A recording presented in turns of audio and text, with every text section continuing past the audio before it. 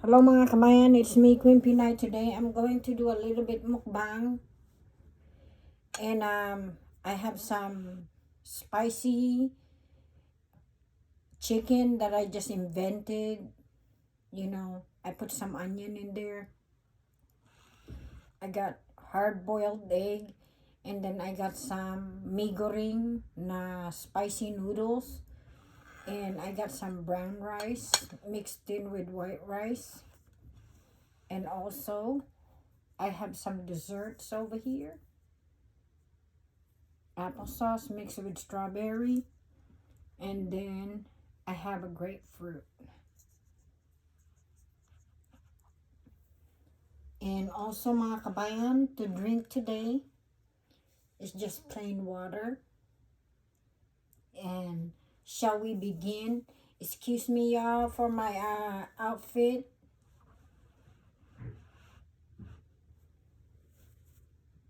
Sana po meron kayong pagkain dyan sa tabi ninyo at sumabay na rin kayo sa akin. Marami po akong linuto ngayon mga kabayan. So, gusto ko sanang magkamay pero tignan natin mga kabayan kung pwede tayong magkamay ngayon. Kumusta kayo mga kabayan? Sana po nasa mabuting kalagayan kayo. As you all know this mga kabayan, marami akong kanin ngayon. Unang subo po para sa inyo.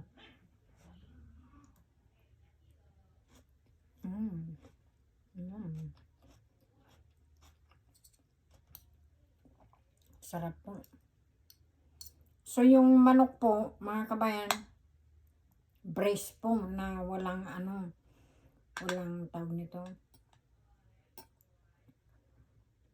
Walang skin. And so binoil ko muna, linagyan ko ng toyo, konting suka, tamarind powder, black pepper, at saka linagyan ko din ng yung dried garlic, at saka olive oil, and seasoning salt. So, slow cook lang mga kabayan. Tapos, dinurog-durog ko po yung yung karne.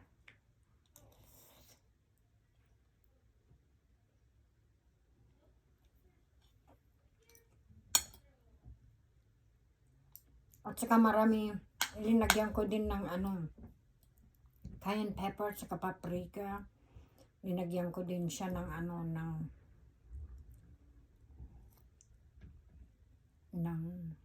pa yung linagay ko. Tapos linuto ko lang hanggang mag-caramelize. And linaga ko yung itlog. And yun po.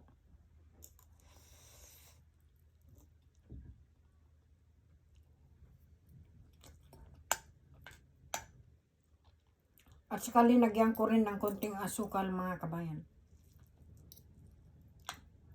Usually ang recipe po to, meron sanang pineapple, pero wala ko eh. So, ginamit ko lang. Ang ginamit kong ketchup po, yung banana ketchup.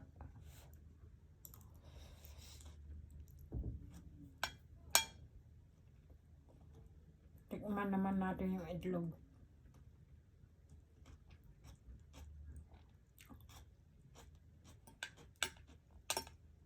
Medyo natagalan din ako konti na nagmukbang mga kabayan.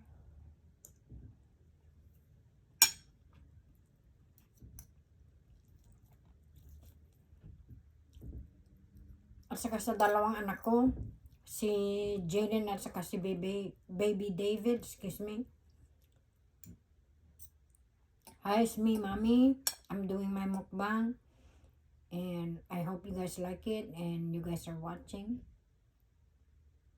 I love you both.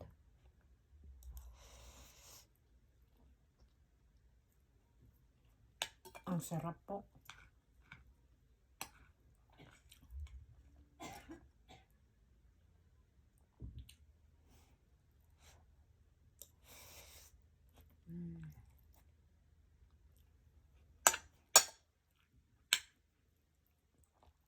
So, yung manok po mga kabayan, dahil linagyan ko ng tamarind powder konti, medyo meron din pagka-asim mga kabayan.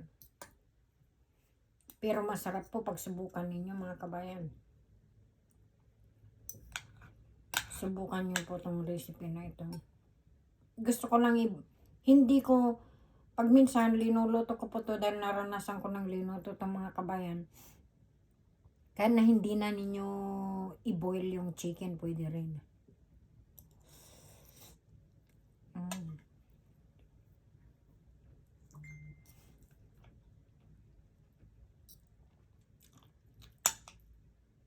Ako kasi gusto ko yung maluto na maigi, kaya yun binoil ko.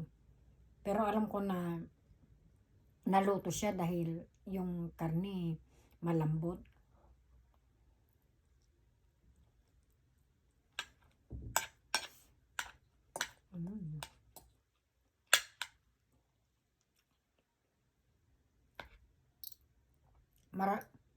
Dalawang chicken breast lang ito mga kabayan, pero sa dinurog-durog ko po, dumami.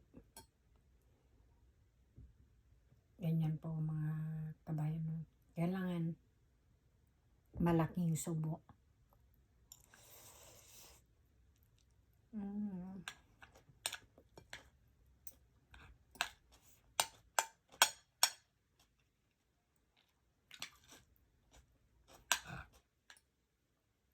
Yung may goreng po mga kabayan, Indonesian noodle na dry noodle. Parang pansit kantong mga kabayan, pero masarap yung flavor. May medyong konting pagkahint ng anghang po. So, yung manok po, linagyan ko ng red crushed pepper para magka blend in yung lasa ng mee goreng. Bagong luto lang to.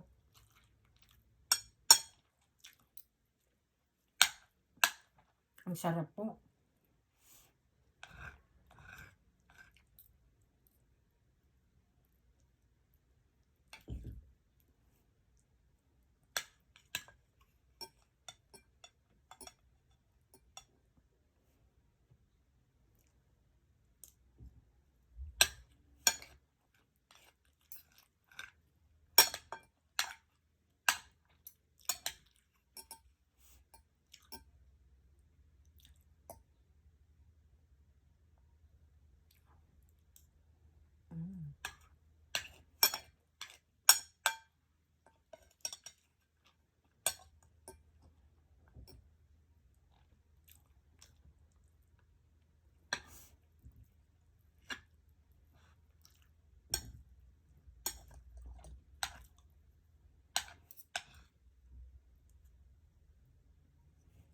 Parang ano po ito mga kabayan, parang kung sabihin ni parang breakfast, pero hindi po mga kabayan, parang ano, parang tingin ko parang brunch at saka dinner na po itong mga kabayan Dahil hindi ako kumakain ng breakfast. Pero masarap po. Linagay ko po yung buong sibuyas po. Ni-slice ko lang. Masarap po.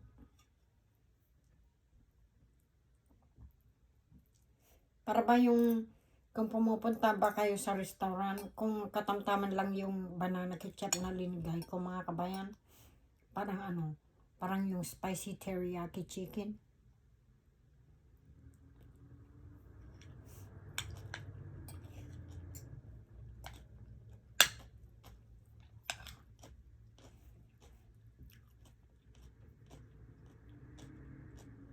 Mano lang, maigi lang, mabilis lang lutuin.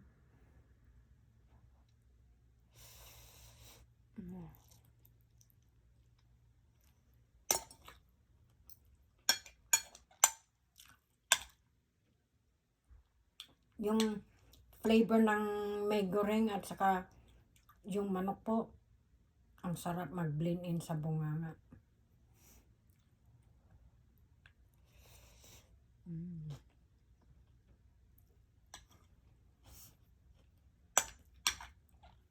Ang sarap po.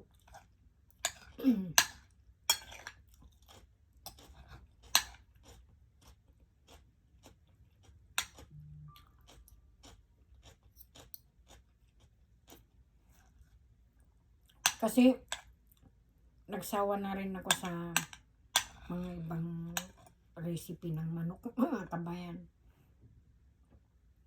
Kaya, siyempre, ibahin naman natin, di ba?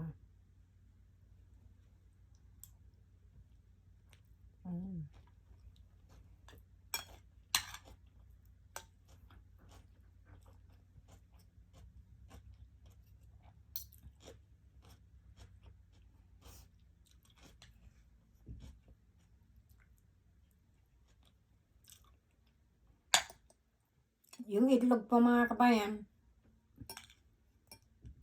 matagal ko din konting linaga kasi gustong gusto ko po yung hard boiled.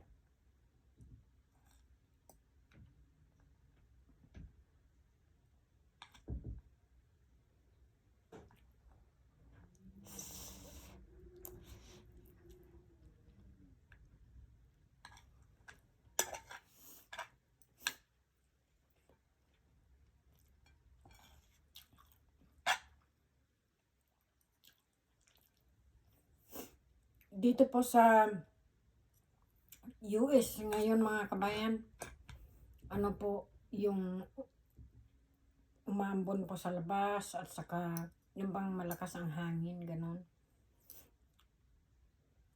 Sobra po ng ginaw pag lumabas. Kaya napapansin niyo po mga kabayan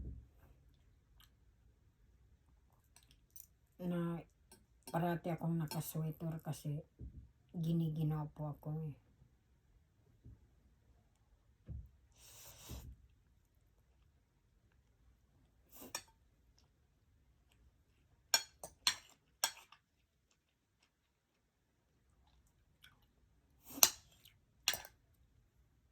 Yan po yung yolk. At saka pag taglamig na ganito mga kabayan, ako ay sinisipon pero hindi po lumalala yung sipon ko.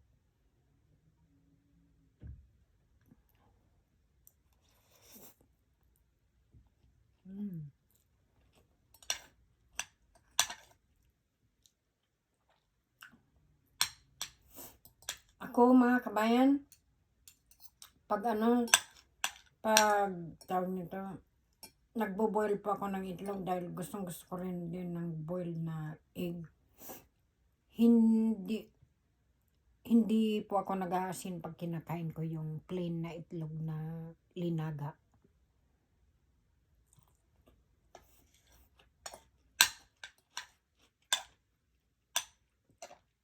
Kasi parang nagugustuhan ko po kasi yung lasa ng itlog na kahit hindi mo nalagyan ng seasoning salt pag linaga. Masarap po mga kabayan. Kasi may lasa na rin yung itlog kahit hindi mo nalagyan ng asin eh.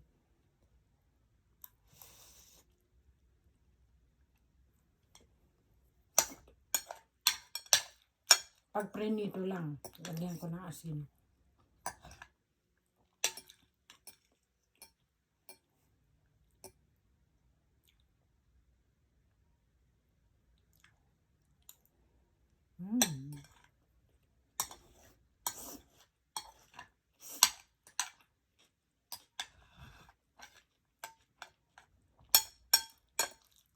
Sarap po.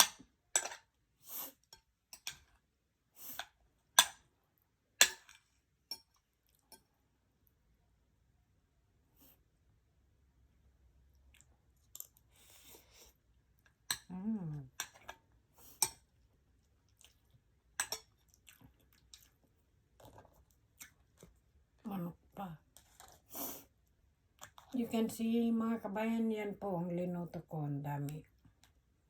Ang daming kinalabasan.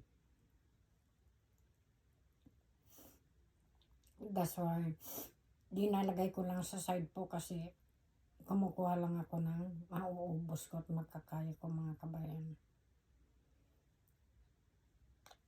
Kasi ko. Excuse me po mga kabayan. Nakikita niyo po na ginagamit ko po yung tinidor ko at kutsara ko sa mga kinakain ko. Kasi mga kabayan, pagkain ko po lang ito eh. So, ayos lang.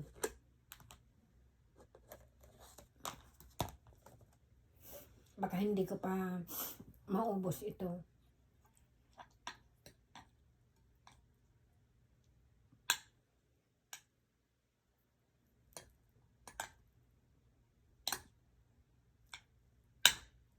So, pag-isip ko po yung mga iba bukas, meron akong ulam bukas. Sarap po mga kabayan.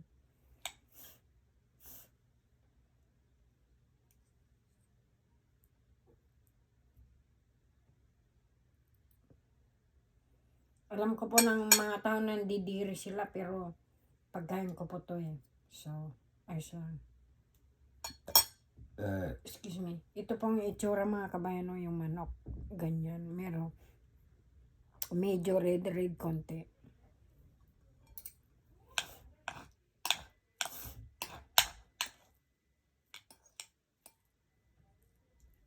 Pero masarap po.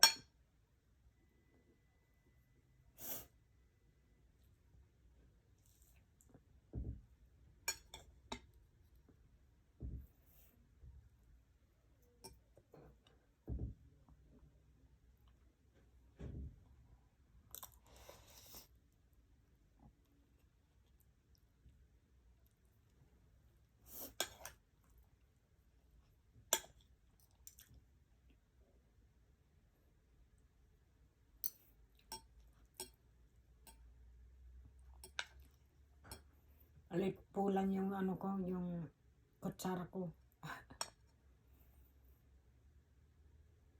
Yan nahahakot lang ng nahahakot.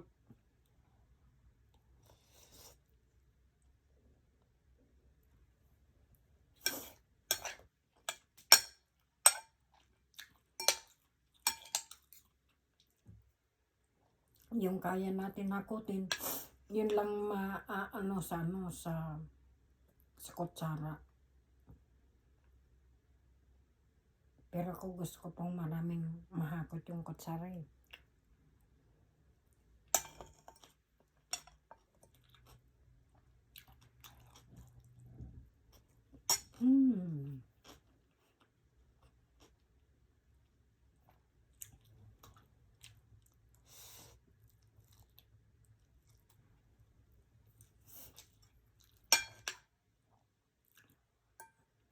At saka ako mga kabayan, ayaw ko po yung tawag nito, yung noodles, pag naluluto, ayaw ko po ng yung overcook mga kabayan. Gusto ko po yung yung half cook lang. Hindi naman matigas pero lang, yung katamtaman lang ng luto.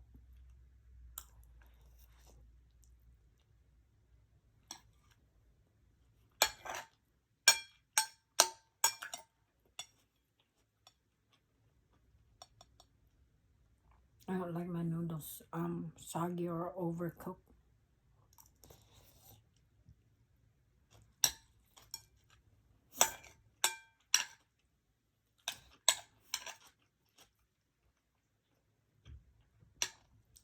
There's a different taste to it. Kung hindi mo ba mai-enjoy yung noodle pag pag overcook mga kabayan.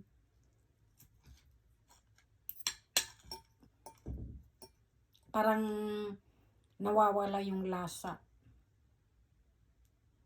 Ganyan ang gusto kong subo mga kabayan. Tignan po ninyo.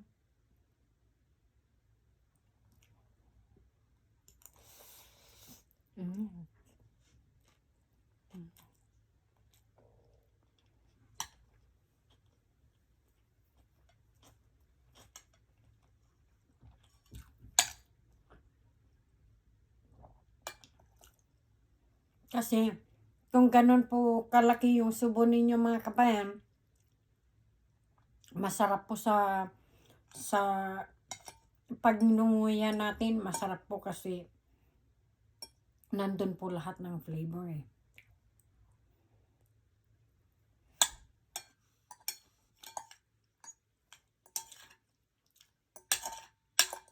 Pero kung kukunti lang po ang sinusubo ninyo, ay nako, hindi nyo po malalasahan masyado yung kinakain ninyo.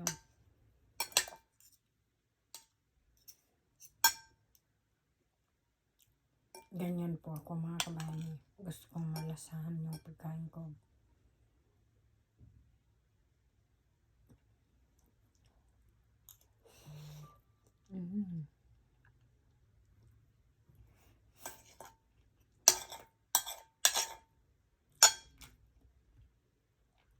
Ang sarap po.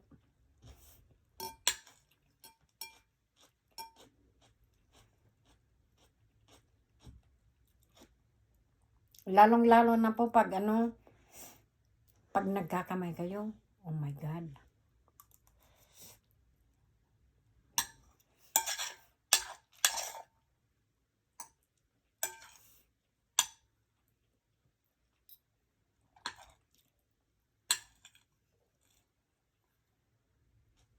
Pero ayoko pong masyadong nagkakamay mga kabayan.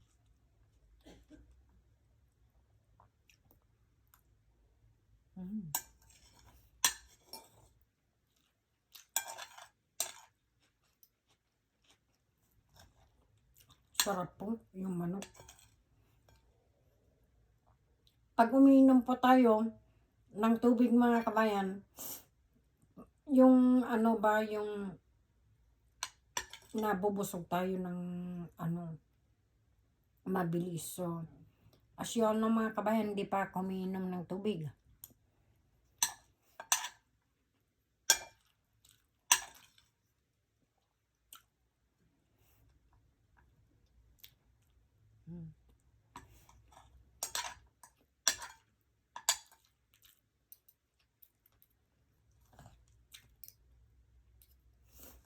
As you all know mga kabayan, ako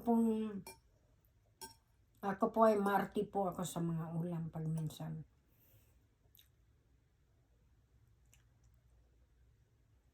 Pero ako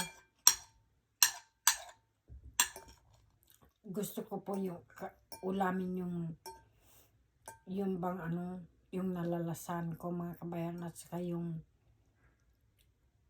iniisip kong masarap na pagkain. Pero gusto ko po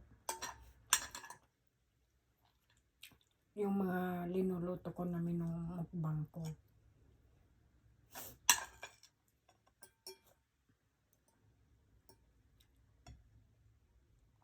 Kasi masarap po eh.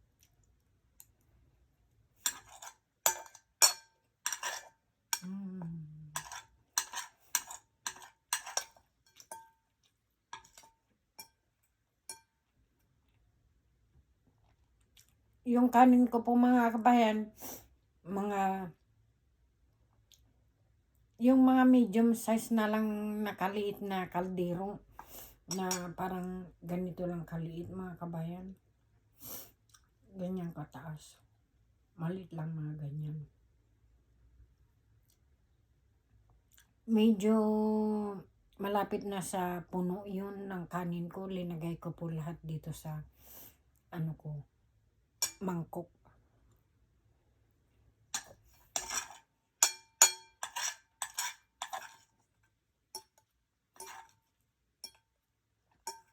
At naubos ko po mga kabayan. Last bite po mga kabayan.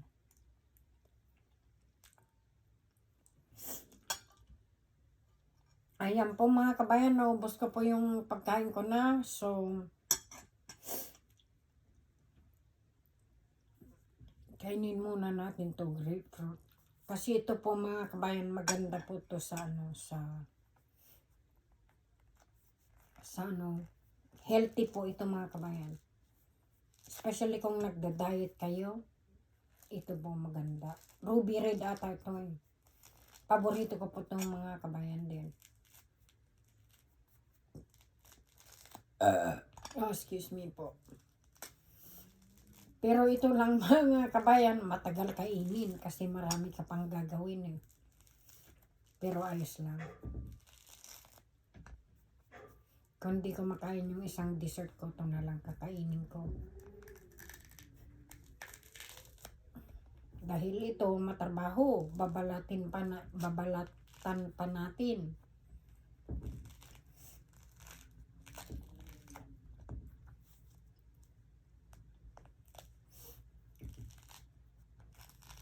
Pero makakain natin itong kainin. Mabilis pa kung kumain ng ganito.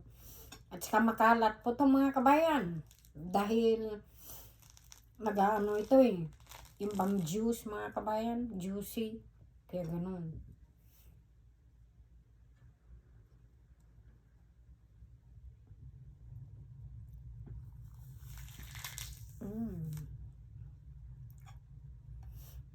Ganyan po mga kabayan.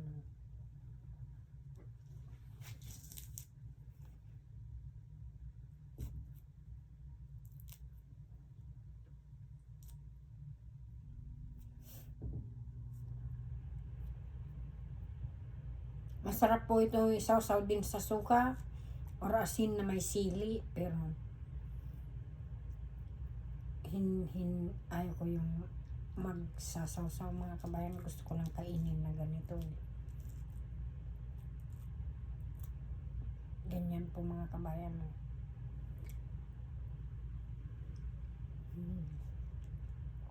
Tamis. Tamis na maasim kasi kakakain lang natin eh. Pero masarap po.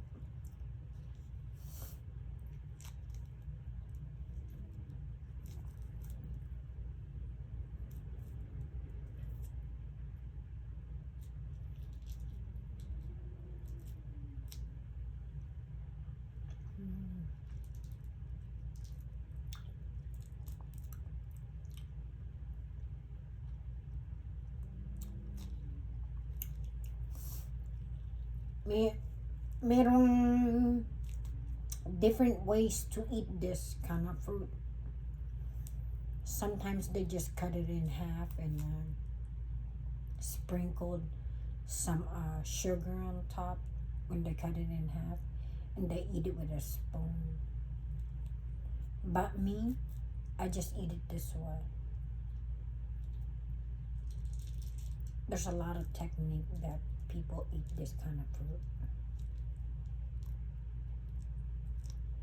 Para bang suha mga kabayan.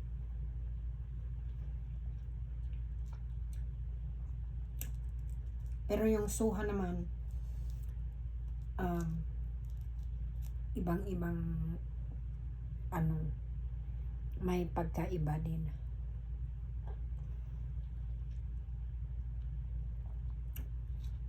Kasi ito po, may yung juicy po ito mga kabayan.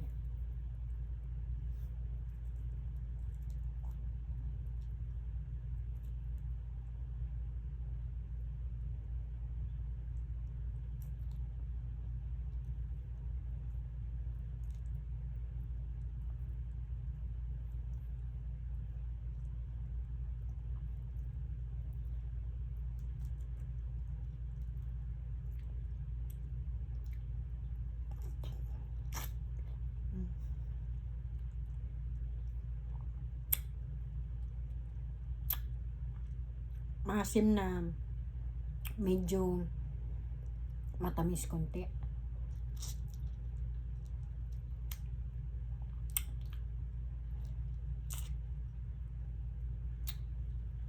Medyo matagal din konti itong video na ito mga kabayan kasi as I mentioned to all of you guys na matagal pong kainin ito mga kabayan.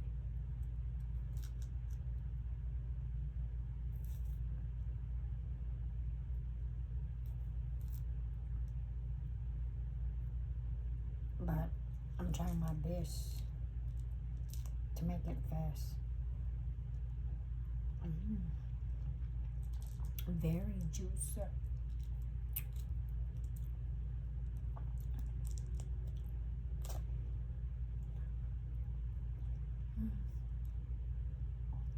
Sarap po. Pampatanggal ng umay. Kaya hindi pa ako uminom ng tubig. Siguro yung isang dessert ko hindi ka nakakainin kasi parang nararamdaman ko yung pag uminom na ako ng tubig, delikado na. Marami pa akong gagawin. Mga kabayan.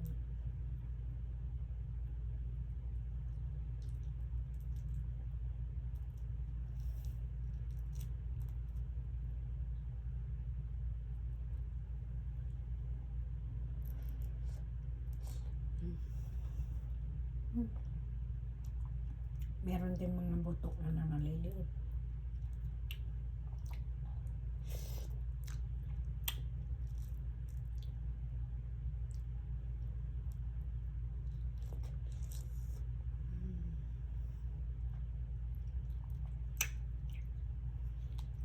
Pag ano po, pag season po ito na prutas na ganito, bumibili po ako ng marami kasi pagkakainin nyo po ito mga kabayan, may problema po ito pag kakainin nyo ito araw-araw.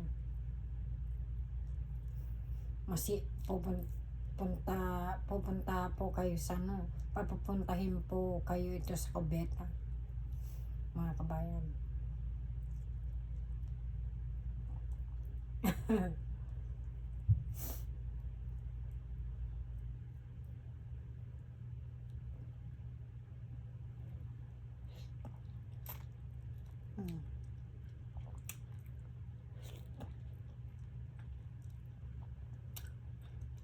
Last one.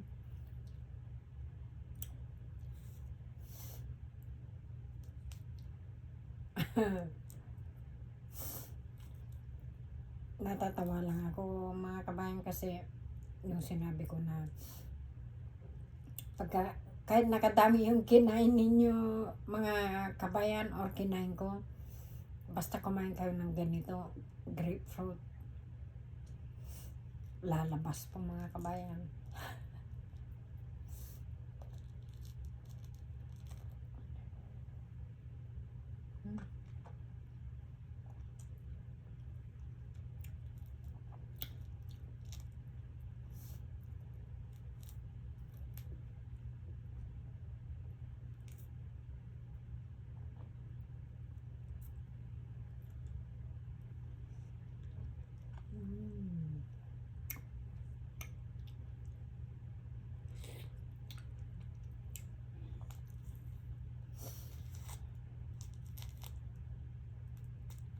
Very healthy po itong mga kabayan. Trust me. Dati-dati noon ayaw ko ng ganito pero as soon as I started buying them before, then I started, I cannot say no to it because nakakatulong ito mga kabayan. Excuse me po. Oh.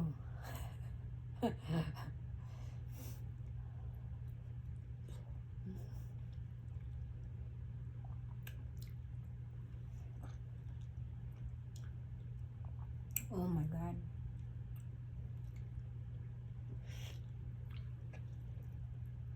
I can't wait till season na ng mango. And I wanna buy a lot para imukbang ko ng mga kabayan. See, may nag-iingay pa rin yung tiyan ko. Yan din may buto. Yan ang buto. Pero sa akin busog na ako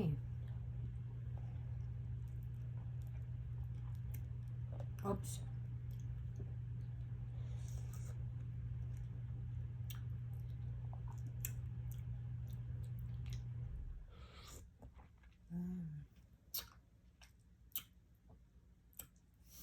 Meron din akong isang orange dito pero ayaw ko pang kainin yun. Hindi pa naman malambot eh. Pag malapit na pong yung malambot na po, saka ko na kakainin kasi baka masisira eh. Baka bukas siguro.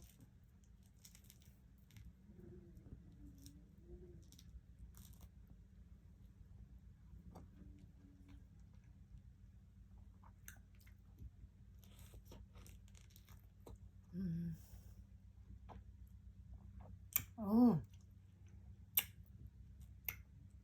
asin po. One last one.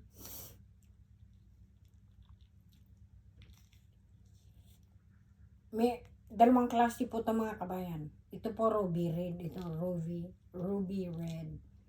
Yung isa po na klase, sa loob po eh, parang puti or yellow.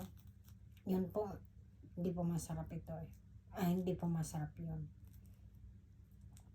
Meron yun pagka-pakla. Pero ito, pag natsatsambahan din ninyo yung ano, yung mga iba ay matamis eh.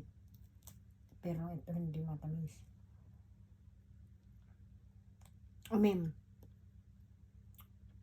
Matamis ito pero mas malakas pa yung asim.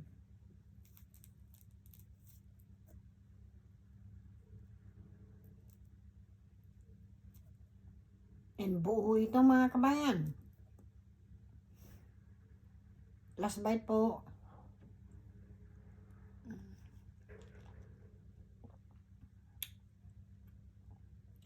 Ayan po mga kabayan. Tapos na po ako. I-save ko na lang itong isa at saka yung natitira kong ulam para bukas po. And see you all on my next upload. And nagpapasalamat po ako sa mga nagsusuporta sa akin at saka yung mga kasamahan ko sa live. Salamat po. And magkita-kita na naman tayo sa next na upload. Once again, it's me, Queen Pinay. And God bless everybody and be safe.